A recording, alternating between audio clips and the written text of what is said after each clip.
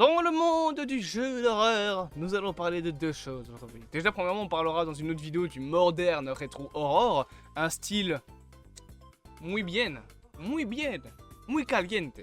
Pourquoi j'ai pas l'espagnol, je sais pas. Si ça se trouve, je parle italien en fait, j'en sais rien. Non, c'est de l'espagnol. Mais en tout cas, il y a du moderne horror, ça c'est pour une autre vidéo, mais il y a un jeu. Un très vieux jeu. Il a maintenant 10 ans quand même, enfin il va avoir 10 ans cette année. Qui a tout compris. Et la preuve étant que le succès est derrière. Vous l'avez vu, ce jeu, c'est Five Nights at Freddy's. Le premier Five Nights at Freddy's. On va même pas parler des trois autres, parce que techniquement les trois autres sont sortis la même année, mais je trouve que le premier est vraiment celui qui a le mieux compris ce que c'est un point and click d'horreur. Le point and click, je pense que vous savez tout ce que c'est ces jeux où souvent ton personnage est soit statique, soit à des positions prédéfinies, ou en tout cas des écrans prédéfinis. C'est pas un open world où tu peux bouger à droite à gauche comme tu veux, et tu as des endroits bien précis de l'écran sur lesquels tu peux interagir. Par exemple, tu peux pas interagir, je sais pas moi, avec la toile d'araignée qui est en dessous du bureau. Tu peux pas interagir avec le ventilateur, sauf avec des modes qui permettent de l'éteindre, mais ça c'est autre chose. Tu peux pas interagir avec le couloir, tu peux pas aller dans le couloir. Ça, c'est un point and click. C'est un jeu où tu es dans des endroits bien précis, tu as certains points de l'écran avec lesquels tu peux interagir. Les point and click d'horreur, ça existe depuis des années. Ça existe depuis les années 80, les point and click d'horreur. Et même les point and click tout court en fait. C'est des jeux qui sont très vieux. Parce que à l'époque, faire un jeu où tu pouvais te déplacer librement, pour un jeu d'horreur, c'était compliqué de faire quelque chose qui faisait peur. Surtout de faire de la première personne. À l'époque, la première personne, c'est t'avançais avec Z et ça te faisait changer de tableau. T'avançais avec Q, ça te faisait bouger la caméra, mais t'avais juste pas vraiment cette impression de changer réellement comme dans un vrai jeu vidéo maintenant à la première personne. La première personne à l'époque, c'était compliqué à faire, et un jeu d'horreur, c'était compliqué à faire parce qu'il fallait pouvoir faire un screamer sans que tu le voyes arriver à des kilomètres. Avec un jeu à la troisième personne, c'est un peu compliqué de faire ça parce que à l'époque, tu pouvais par exemple pas faire ça avec un Zelda. Ou alors tu devais faire un gros screamer sur l'écran et puis après tu montrais la créature en petit. C'était compliqué de faire des jeux d'horreur. Le point and click est ce qu'il y a de mieux à l'époque en termes de jeux d'horreur. En 2014, on est largement passé après. Voilà, le point and click d'horreur, c'était plus à la mode. Parce que les troisièmes personnes, les premières personnes, ça existait depuis longtemps. Il y avait bien longtemps que des jeux en première personne d'horreur réussissaient à faire de vrais jeux d'horreur. Mais Five Nights at Freddy's en 2014 arrive avec donc son développeur Scott Cawthon et se dit on va être un point and click d'horreur. Mais pourquoi? Parce que le point and click d'horreur, comme je l'ai dit, c'est un jeu où tu es coincé. En tout cas, tu as cette sensation d'être coincé. Tu n'es pas libre de tes mouvements dans un point and click. Dans un point and click, tu as des endroits bien précis et tu ne peux pas bouger. Ça instaure un sentiment de faiblesse. Ça instaure un sentiment d'insécurité. Tu as l'impression d'être collé à ton siège, d'être enchaîné à ton siège, à ne pas pouvoir bouger. Autre truc aussi qui est intéressant dans Five Nights at Freddy's, c'est bien évidemment les caméras. Les caméras aussi sont statiques. Les caméras, tu peux pas les bouger à droite, à gauche, toi-même. C'est des caméras, elles bougent toutes seules dans le jeu. Tu peux pas commencer à viser un endroit précis, tu peux pas zoomer comme dans les jeux backroom. Les caméras bougent. Et tu peux uniquement voir les petits personnages tout mignons qui sont censés être de gentils animatroniques t'arriver gentiment dans la gueule. Les deux seules choses que tu peux faire face à ces animatroniques dans le premier jeu, c'est allumer des lumières et fermer des portes.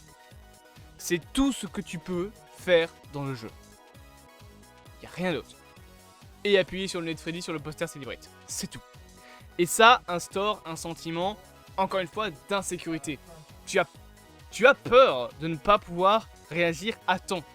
Et c'est là-dessus que se base l'entièreté des premiers jeux FNAF, c'est ce côté ne pas avoir le temps de réagir. Par exemple, un truc tout con, quand tu veux regarder une caméra dans un FNAF, tu es obligé de prendre une tablette. Une tablette qui fait l'entièreté de ton écran.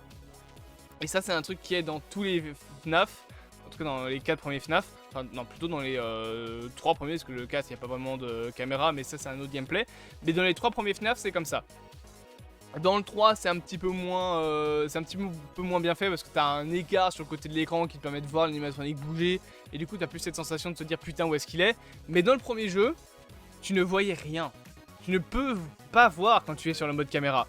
Tu ne vois pas à droite, à gauche ce qui se passe. Tu ne vois plus ton bureau. Donc s'il y a un animatronique qui rentre à ce moment-là dans ton bureau et que tu l'as pas vu sur les caméras, c'est terminé. Une fois que tu rebaisseras l'écran, tu te prendras un jumpscare. Et c'est ça la force du premier FNAF en fait. C'est ce côté de claustrophobie, d'insécurité. Tout ce qui entoure ce côté un petit peu, il fait nuit, t'es tout seul, tu peux pas bouger. Ta seule défense, c'est des portes. T'as une batterie, donc à un moment donné, ta défense, tu ne l'auras même plus. Il faut gérer ta batterie, sachant que utiliser les caméras, c'est utiliser la batterie. Allumer les lampes, c'est utiliser la batterie. Fermer les portes, c'est utiliser la batterie. Donc en plus, tu dois réfléchir, parce que sinon, tu seras doublement dans la merde, parce que tu seras juste une vieille mule sur ta chaise sans électricité. Et là, bonsoir. Et en plus de ça, tu as des animatroniques avec un gameplay différent pour chacun. Chica, Bunny, il se balade tranquille. Freddy, un peu plus intelligent. Et le pire de tous les animatroniques, c'est lui. Foxy. Foxy, il est assez fourbe. Il se déplace très lentement en fonction des caméras. Voilà, tu vas le voir au début avec la palette coffre fermée, puis avec cet écran, puis il sera en mode un peu cassé, prêt à courir. Et une fois que tu le vois courir sur la caméra, il te regarde du temps. Quand t'es pas un joueur expérimenté, c'est trop tard. Screamer. Le mieux, quand tu le vois courir sur la caméra 2B, c'est de te laisser mourir en fait. Parce que pour réellement battre Foxy, il faut faire quoi?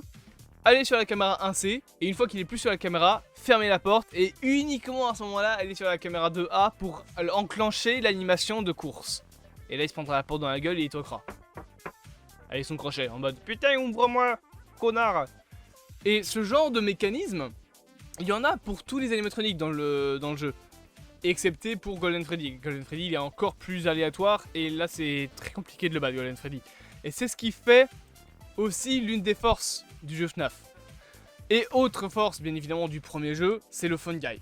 Le Phone Guy qui va te donner des informations au début, voilà, qui va tout doucement commencer à avoir de plus en plus peur. Et au bout du quatrième jeu, de la quatrième nuit, pardon, il finit par crever.